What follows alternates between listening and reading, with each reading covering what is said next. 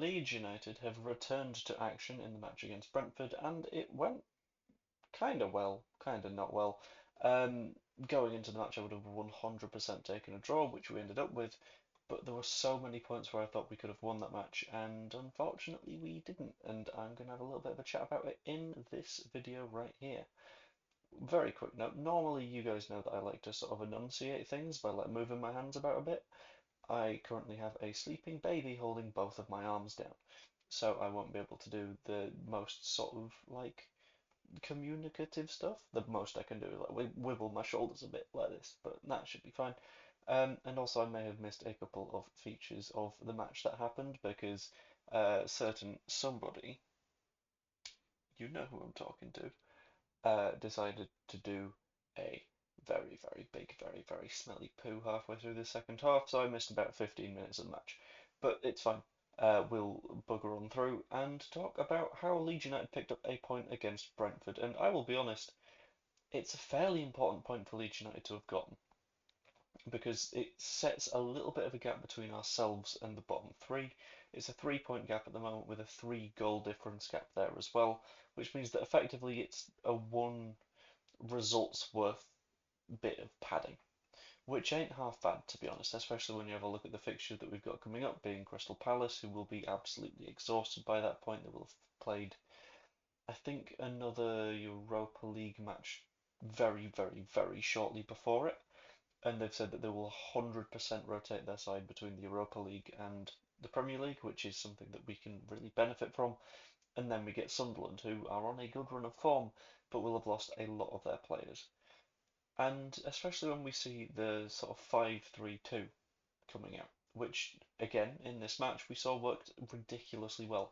Brentford, I will very, very quickly pull up a little bit of information from the match because I've got a little bit of like wrist flexibility, but again, my arms are stuck.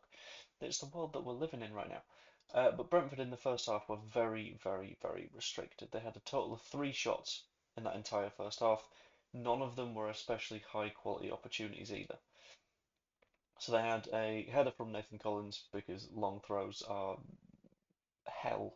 I hate them so much.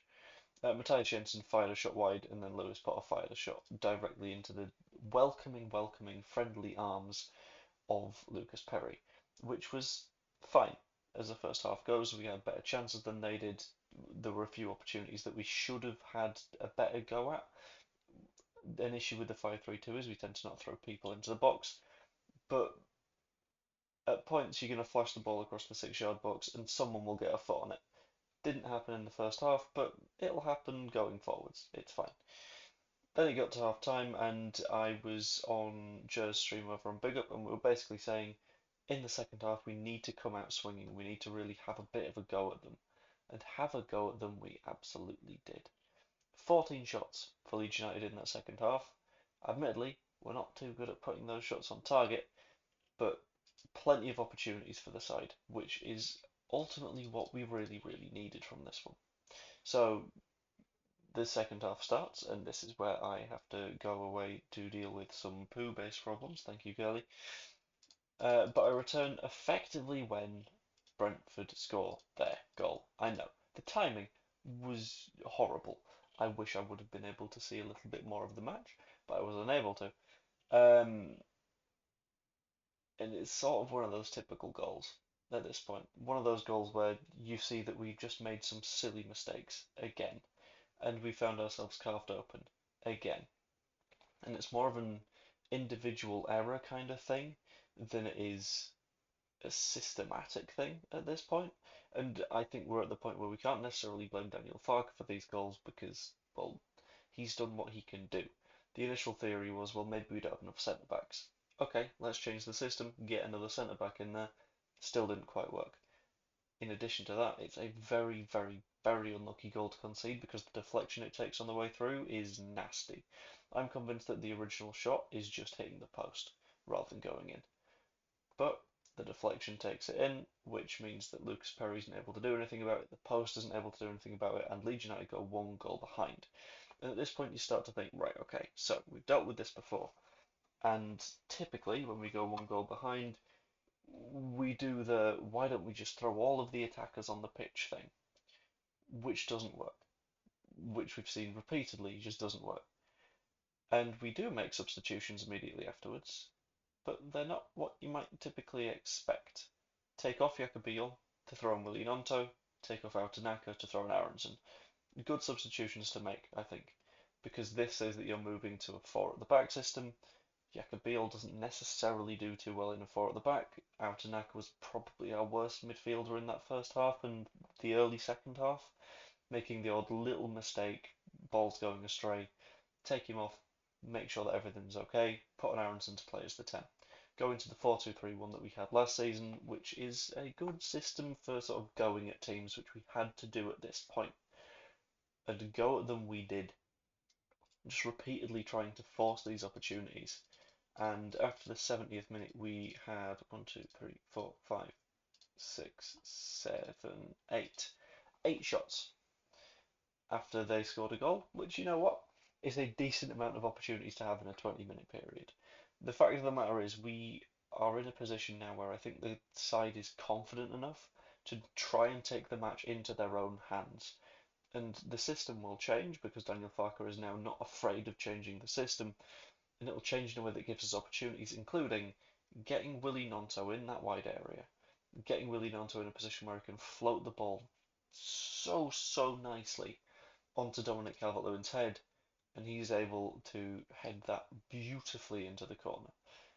Calvert-Lewin, when he signed, and I will happily admit this, I wasn't super excited because I saw a guy that has been relatively struggling in recent seasons, and I fully didn't understand the reasoning for it, and I've talked to an Everton fan since, and their reasoning behind him struggling was he was consistently injured, which is something that he isn't at Leeds United at the minute, and in addition to that, he was sort of struggling with supply. He tended to not get very many chances, which meant that on the rare occasion that he did get a chance, he wasn't quite like running and in form. In recent matches, we've fixed that. He's been fit, he's been healthy, he's been on the end of plenty of chances, and I'll be honest, that trust that we put in him when we figured, okay, we'll just get him for free, pay him a fairly reasonable wage, and then hope that that does the job, is starting to pay off.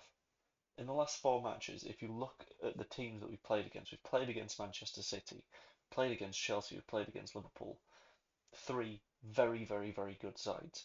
We've played against Brentford. It's a match away to a defensively solid team down in London. Getting 4 goals in 4 games is frankly incredible, and I think it's ultimately telling that Calvert-Lewin has sort of picked up the Patrick Bamford chant that he had, because in terms of like attacking style, they're effectively the same. And I'm very happy that Calvert-Lewin is finally hitting form.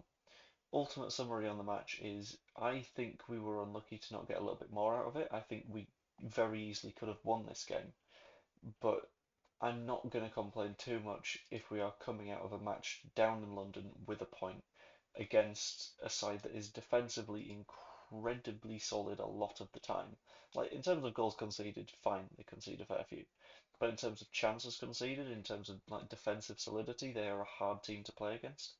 And I think we showed that we are able to sort of tactically deal with those problems and put ourselves in the position where we can get points from these, which I'm looking forward to us taking forward against Palace and against Sunderland, and hopefully we can keep this decent run of form going. It's 3 games unbeaten, and then the match before that we were unlucky to lose, and that was against Man City. So you know what?